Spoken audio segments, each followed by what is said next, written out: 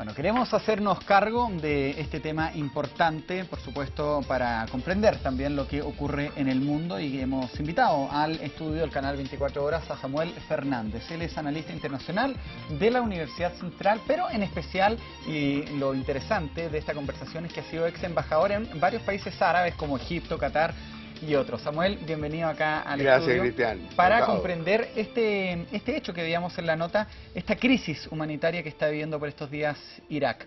¿Cómo se puede poner en contexto? El contexto es muy complicado porque se han casi sumado prácticamente todos los factores que hacen un conflicto, y un conflicto muy difícil.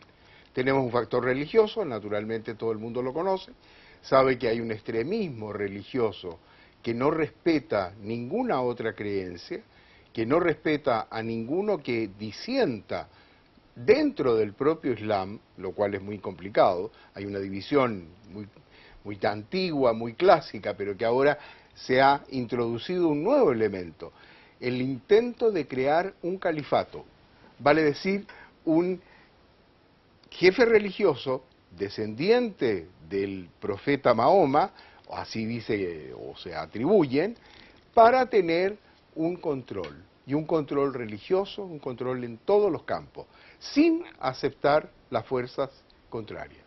O sea, tenemos un primer factor que es el religioso. Yo te consultaba la otra vez cuando hablamos por teléfono, en el momento de que Barack Obama autorizó los bombardeos sobre los intereses norteamericanos en la zona. ¿Podríamos poner en contexto lo que es Irak? Irak, una de las civilizaciones más antiguas de la humanidad, entre estos ríos, el Tigris y el Éufrates, donde estaba la civilización. De hecho, se dice que, por ejemplo, la Torre de Babel podría haber estado en ese momento, jardines de Babilonia, en fin, todo. El Imperio Persa, antiquísimo. Y varios más, claro.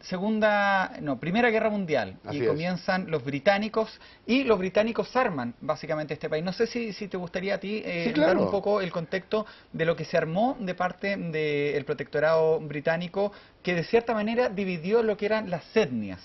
Y es el problema que se está viviendo ahora. Y lo dividieron de una manera bastante drástica. Lo hicieron en una mesa como esta, con mapas y regla de mano.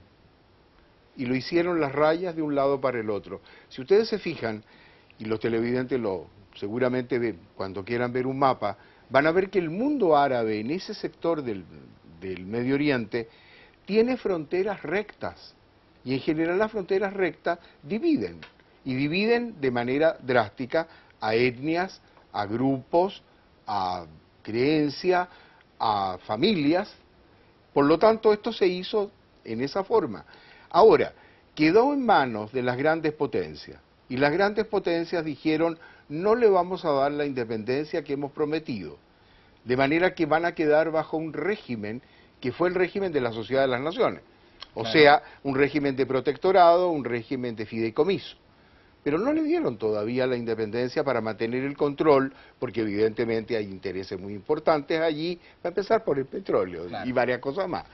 Entonces esto hizo una división. Si sumamos eso, que es una división geográfica, estratégica... Estoy con el mapa por si quieren ponerlo ahí en el switch. Si lo tenemos en una división que primero es estratégica, segundo se divide en las etnias, y para peor de males hay una división interna grande que tiene en Irak tres componentes: los chiitas por un lado, los sunitas por el otro y los kurdos. Ahora, ahí está el mapa que da cuenta de estas fronteras bastante particulares. Y vamos a hablar de Turquía también con Erdogan, que está ahí en la zona.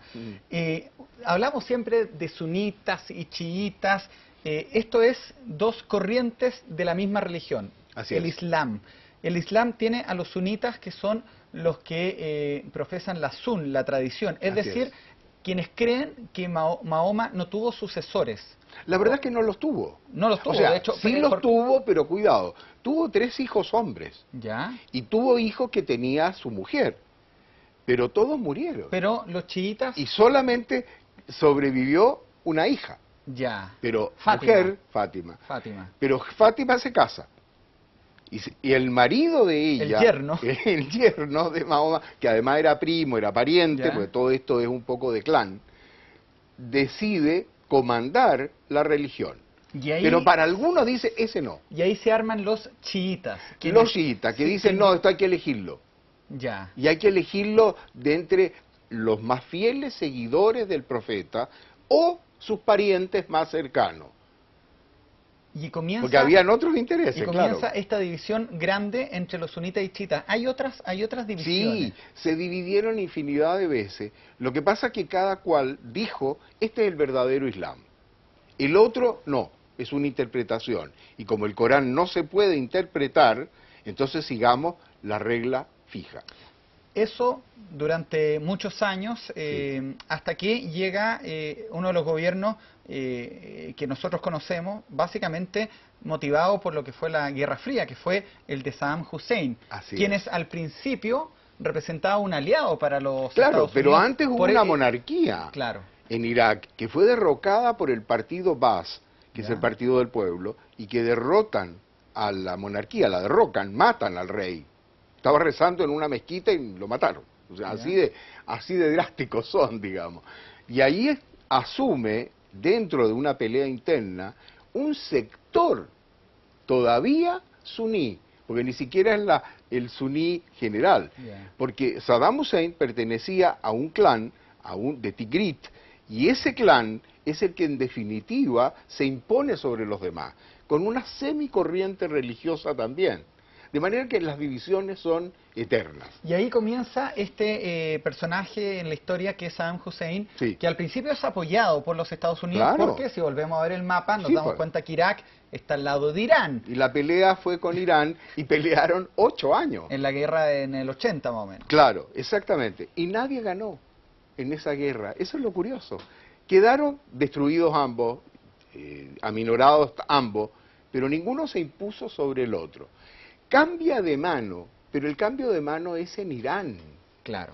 Porque viene la revolución de Khomeini, el año 79, y establece un gobierno chií, contrario al suní, que era particular, pero era suní Saddam Hussein, y por supuesto esa pelea es inmediata. Entonces, antes estaba el Shah de Irán. Claro, el Shah que es derrocado por Khomeini. Aliado de Estados Unidos. Por supuesto, muy aliado. El que quiera ver una película de esto está, por ejemplo, Argo. Exacto.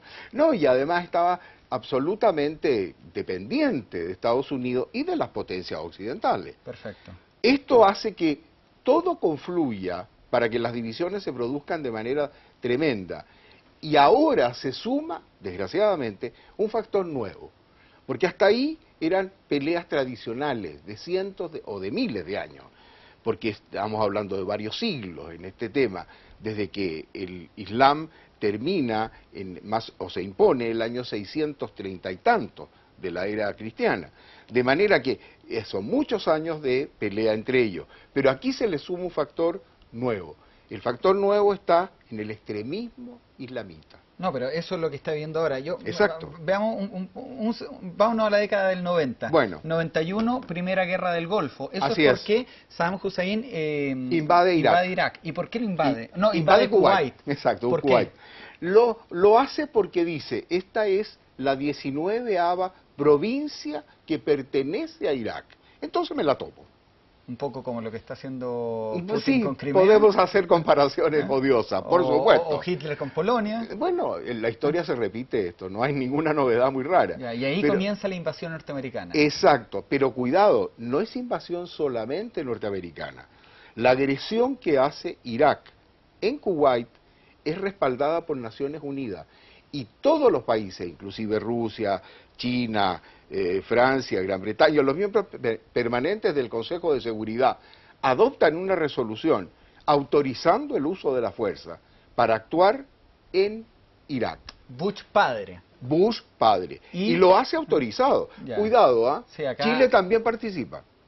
Fueron 28 países. Claro, no con tropas. Año 91. Exactamente. No con tropas.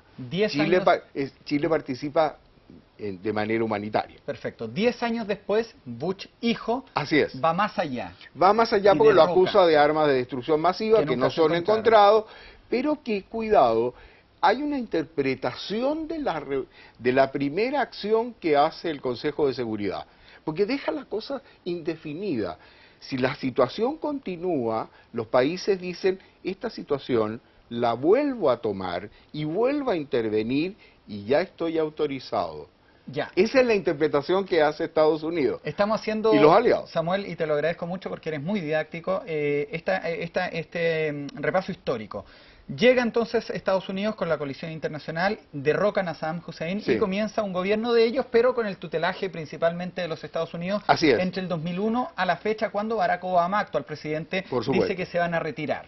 Ellos entre tanto forman un ejército, el ejército iraquí. Pero ahora comienza un nuevo actor, que es lo que mencionabas tú. Así es. Es ISIS.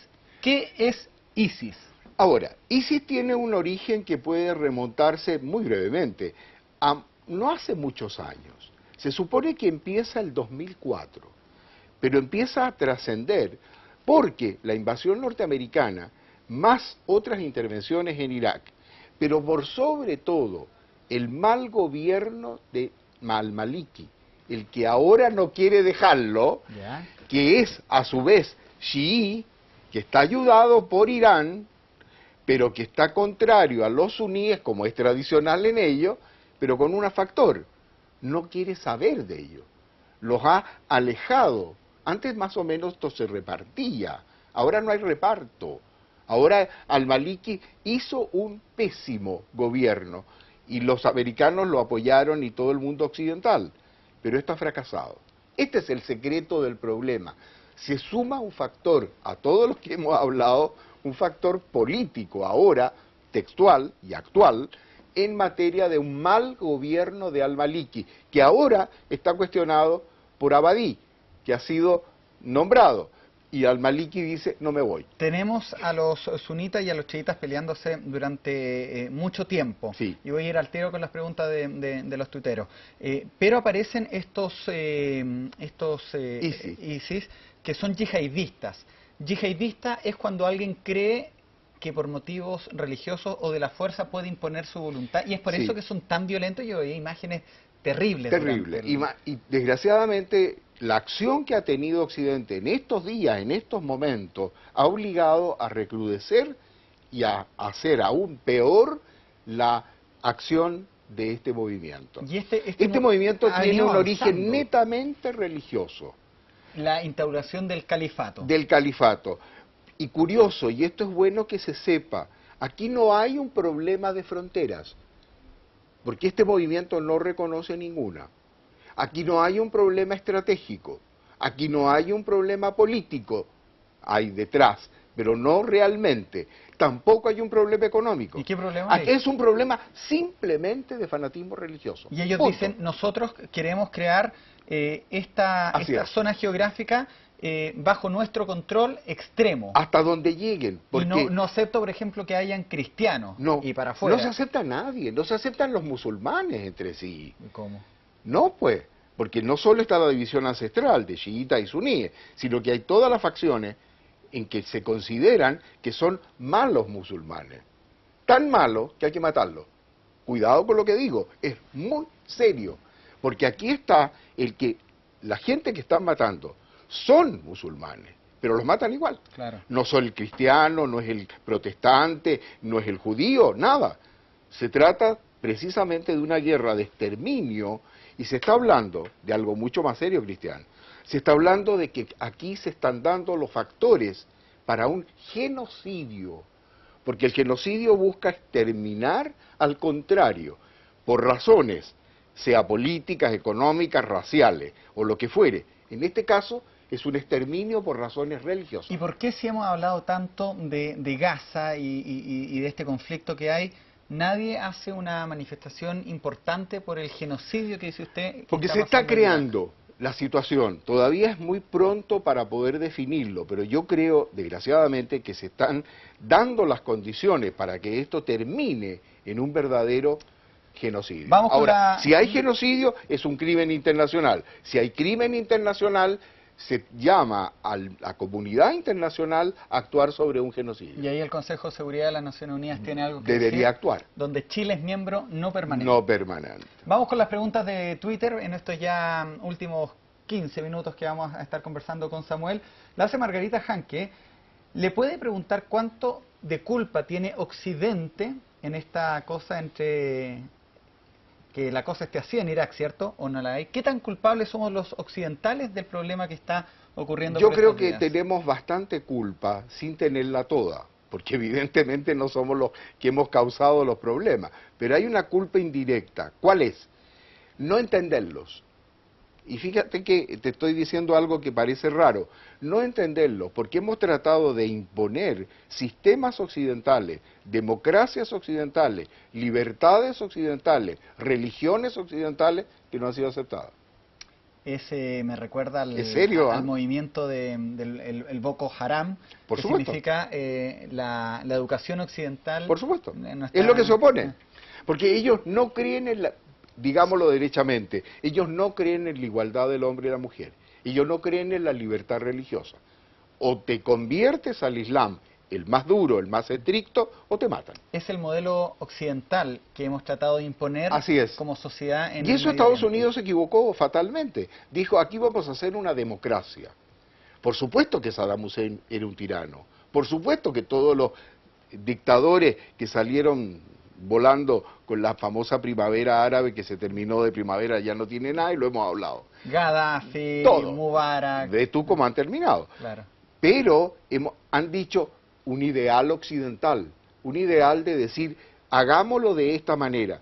Pero cuidado, el mundo no es solamente el ideal occidental. El mundo tiene particularidades propias, Samuel, y ahí no ha sido respetado. Está generando mucho interés tu entrevista. Por favor. Y hay muchos tuiteros que están preguntando. Y mira, por ejemplo, Fernando Pérez, lo vamos a poner en la pantalla, me pregunta, ¿es tan fuerte la división religiosa que no permite un gobierno parlamentario con representantes de todas las corrientes? Claro, debería permitirlo, pero yo te contaba hace no mucho, cuando estuvimos algunos representantes que como embajador asistí, de observador, a una reunión para la reconstrucción de Irak, y fueron varias, en la Liga Árabe, los representantes eran 64, de distintas etnias y distintas corrientes, y ya 5 se habían ausentado de la reunión. Y la reunión no prosperó, simplemente porque la división es tan gigantesca, los factores de división son tantos, que no permiten que esto verdaderamente sea una unión. Lo único que puede hacerse es una unión estratégica de fuerzas, de darle a cada cual algo en la participación. Ahí es donde Maliki se ha equivocado, porque ha dejado él fuera a una serie de otros actores. Y esto ha provocado la crisis. Error estratégico. Así es. Vamos con las últimas 2 preguntas para no robarle más de su tiempo. Está muy interesante esta conversación. Dice Javier Begueli, ¿qué tan peligroso es el avance del Estado Islámico en Irak y en otros países que podrían ser contagiados por este islamismo radical? Es una excelente pregunta, porque yo creo que es el momento de ponerse a pensar que esto es lo más peligroso. Porque esto no tiene frontera, no tiene otros intereses. Y sobre todo, estamos en una situación, Cristian, que es la peor de todas. No aceptan negociación, ni conversación, ni tolerancia alguna. Y esto es muy serio. Terrible, ¿eh? Vamos con la pregunta que está acá, la hace Rodrigo Torres, la ponemos en pantalla también, y una pregunta que muchos nos hacemos, ¿por qué Naciones Unidas no se manifiesta con mayor fuerza? Porque Naciones Unidas está compuesta por los 193 países que la integran. Hay de todo y de todos los intereses y de todas las posturas. Y además el Consejo de Seguridad tiene a los 5 grandes que tienen que tomar la decisión. Los permanentes. Los permanentes. Los ganadores de la Segunda Guerra Mundial. Así es. Pero hay que entender que ese sistema ha funcionado para que no se peleen entre ellos. Pero sin embargo el resto de las guerras también ha seguido sucediendo. Ahora, el sistema no es ni bueno ni malo, es lo que es. Pero ese sistema ha permitido que en los últimos 60 años no hayamos tenido una tercera guerra mundial devastadora. Claro. Eso sí, que para que se pongan de acuerdo, tiene que haber algún tipo de negociación con la contraparte o las contrapartes. Perfecto. Pero las contrapartes en este caso no quieren ni aceptan ninguna negociación. Samuel, la última pregunta es bastante interesante. Dice, pregúntele por favor, la vamos a poner en la pantalla, y es clave, si no hubiese petróleo en ese país, ¿estaría pasando lo mismo hoy?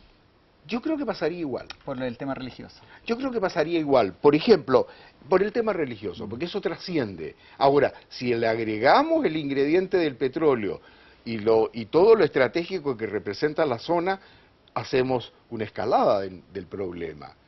Ahora, habría habido el problema igual, porque hay otras zonas del mundo que están con el mismo problema.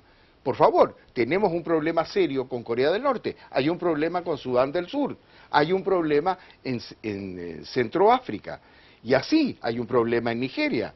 Pero todos estos tienen componentes de todo orden, pero cuando además entregamos un territorio que es estratégico, que depende de muchas razones, que hay una cosa religiosa feroz, pero que además tiene petróleo, caramba.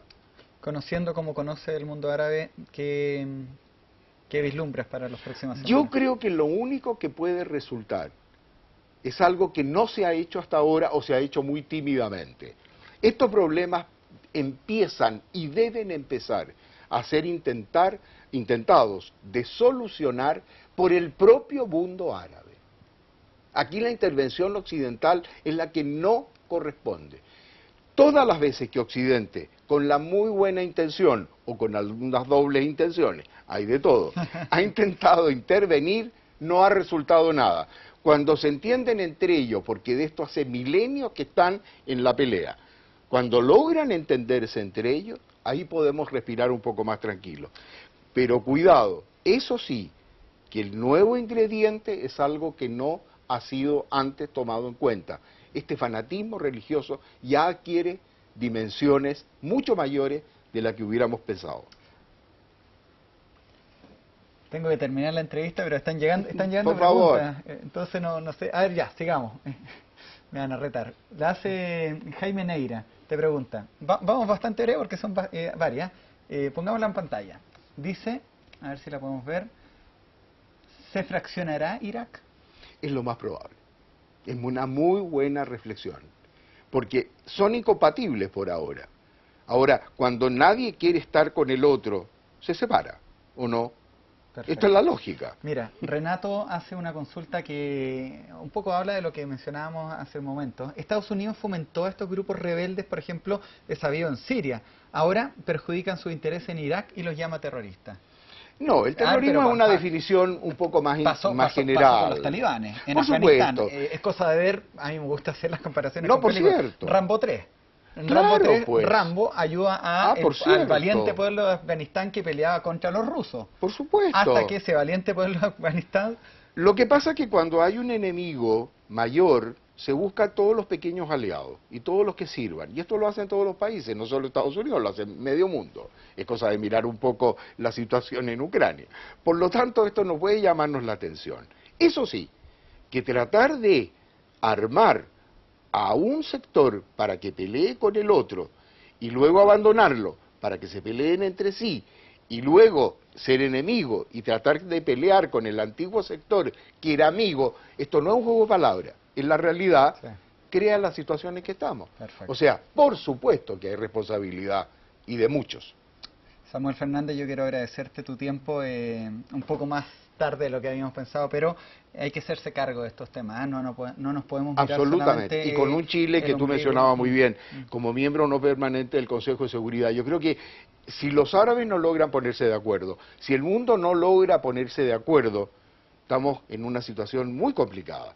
Pero hay que empezar por tratar de dejarlos que ellos se arreglen. Y si no se arreglan, de una vez por todas, para eso están Naciones Unidas. Hicimos un repaso desde el imperio persa. El último Así es. Antes de terminar, porque lo comparto y quiero que aparezca en pantalla porque es parte de lo que muchos piensan. Mira, fascinante, analista internacional y es chileno. Muchas gracias por este tiempo. Por favor, gracias a quien lo diga, de puro cariñoso. Ahí está, muy amable. bien. Gracias, Cristiano.